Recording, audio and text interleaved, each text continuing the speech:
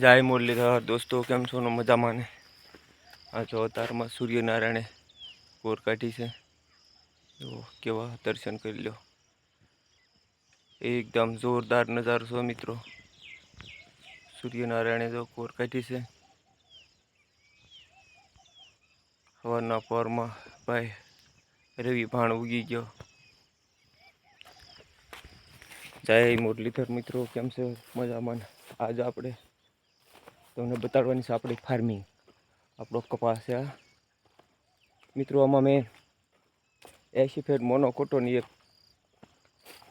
કોળની દવા આવી 3 દવા છાંટી છે ને 2 છંટકાવ કર્યા છે હજી. તો મિત્રો આપણો કપાસ કેવો છે કોમેન્ટમાં લખવાનું ભૂલતા નહીં. 2 છંટકાવ કર્યા છે ને આમાં આપણે ઉરિયા ઠામુકું ન નાખ્યું, સ્પેશિયલ દેશી ખાતર ધંધુ નાખેલું છે. તો મિત્રો કપાસ આપણો કેવો છે કોમેન્ટ કરજો. અને આપણે હવે આમાં કદાચ ગુલાબી આવી જાય તો મિત્રો આમાં કઈ દવા છાંટવી કોમેન્ટ કરજો. સારામાં સારી દવા હોય મને કહેજો. ખાલી આપણે એક જ છંટકાવ કરવાનો છે, ભલે ગમે એટલી મોંઘી આવે. તો કોમેન્ટમાં સારી દવા હોય તો કોઈ ખેડૂત મિત્રોને ખબર હોય કે ભાઈ સારામાં સારી દવાની આ દવાનું રિઝલ્ટ સારું આવે છે, તો આપણે આમાં હવે એક છંટકાવ, કારણ કે આપણી પાસે બહુ ઝાઝો ટાઈમ ન હોય ખેતી કરવાનો.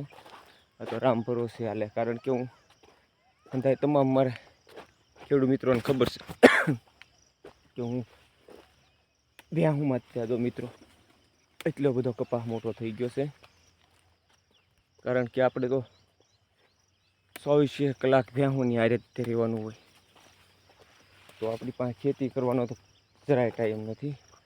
પણ ક્યારેક એક દિનનો ટાઈમ લઈને દવા છાંટી નાખું, એક દિનનો ટાઈમ લઈને હાથી વાતી હોય તો હાંકી નાખ્યું. એવું આપણે કરી નાખ્યું છે મિત્રો. આ જો ડોકા કાપવાની ખાસ જરૂર છે, બહુ માથોડા ઢકવી ગયો છે.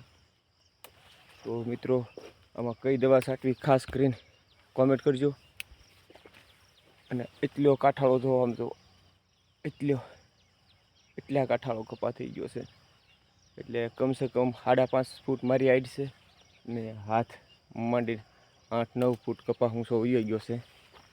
તો આની વધ અટકે ને ફાલ આવે એવી કોઈ દવા હોય તો કોમેન્ટ કરજો. અને ખાસ કરીને મિત્રો કોઈ ખેડૂત મિત્ર એવા હોય કે ભાઈ અમુક ખેડૂતને 30-35 40 મણિયા વીઘા ઉતરે છે, તો આપણે એટલો ન ઉતરતો પણ 30-40 મણિયો તો આવી જાય છે અવળા આટે વરખો વરે. અમુક વર્ષ એક વર્ષ મોડું હતું તો એમાંથી ખાલી માત્ર 13 મણિયો જ વીઘો ઉતર્યો છે મિત્રો. તો આપણો કપા કેવો છે કોમેન્ટ કરજો મિત્રો. અને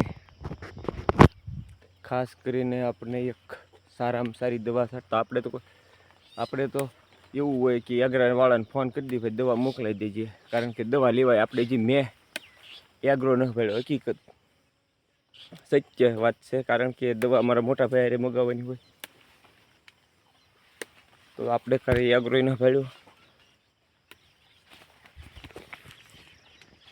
તો મિત્રો જો આ કપાસ બહુ મોટો થઈ ગયો છે ને આ ડોકા કાપી નાખવાથી માણસો એમ કે ફાલ વધારે આવે છે. તો હું તરમાં આટો મારો આવ્યો હતો, ડોકા કાપી નાખીએ થોડાકમાં.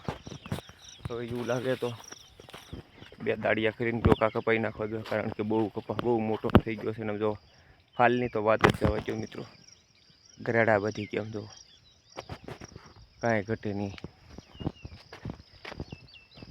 નકરું બસ આ કુદરતની દયાથી જો સાપું ઝીંડવું ન ખરે તો આપણે ખેડૂતને એટલું જ જોતું હોય મિત્રો. કારણ કે આપણે આજ સવારના પરમાં કડી કુંકુ મોડા માલને છોડવી તો સૂર્યનારાયણે આમ તેજ તપી ગયો છે. હવે માલ છોડવા જ છે, પણ આ ફાર્મિંગમાં આટો મારી એવી કેવો કંઈ 100-200 છે નહીં. અહીંયા કપાસ થોડોક નીચો છે, એનું કારણ છે કે આ બાજરી વાયુ ઉનાળે આપણે બાજરી કરવી ને તો બાજરીનો ભાગ હોય એટલે કપાસમાં કેવરાવે. તો એટલો નીચો કપાસ રહી ગયો છે, તોય તે મારા ગળા સુધી તો છે મિત્રો, ગળાથી ઉપરની એવો કપાસ છે. ખાસ કરીને કોમેન્ટ કરજો.